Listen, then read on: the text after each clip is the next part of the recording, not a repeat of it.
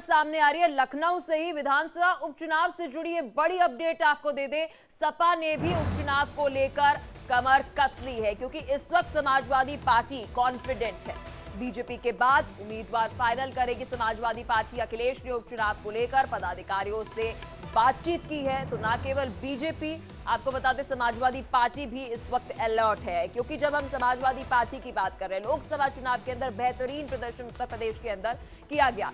लगातार हमारे सहयोगी अनूप हमारे साथ जुड़े हुए हैं। अनूप, सबसे पहले हम विधानसभा पर ही चलते हैं। जब हम विधानसभा चुनाव की बात करते हैं तो वहां पर भी वोट परसेंटेज और सीटें जो है वह समाजवादी पार्टी की बढ़ते हुए नजर आई थी। उसके बाद हमने देखा कि लोकसभा चुनाव के अंदर ये असर देखने को मिला। इस वक्त अगर हम समाजवादी पार्टी की स्थिति की बात करें तो बेहद कॉन्फिडेंट नजर आ रही है। क्या लगता है, क्या पीडीए यहां पर भी लागू होते हुए नजर आएगा?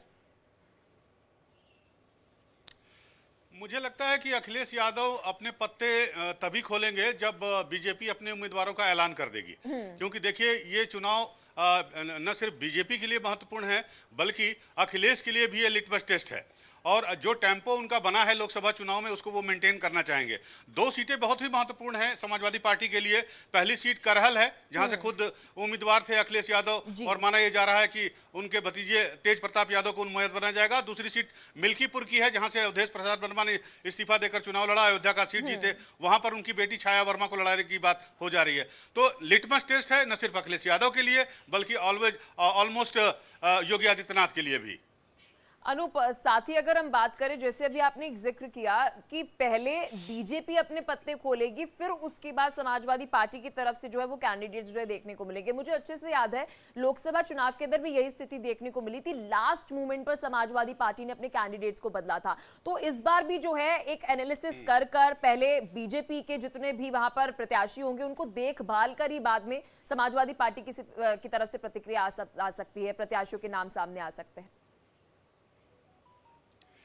जी, कल एक बैठक अखिलेश यादव ने अपने पार्टी दफ्तर में की है, और जो खबर आई है सूत्रों के मुताबिक, उसके मुताबिक हर सीट के लिए 2 से 3 नाम ऑलमोस्ट फाइनल हो चुके हैं। लेकिन फाइनली चुनाव कौन लड़ेगा, इसका फैसला मुझे लगता है कि जब बीजेपी की लिस्ट आएगी उसके बाद ही डिसाइड करेंगे अखिलेश यादव। क्योंकि इसमें जो जातिगत समीकरण है, जिनका फायदा उनको लोकसभा चुनाव में मिला था, वही फायदा वो विधानसभा में भी उठाने की कोशिश करेंगे।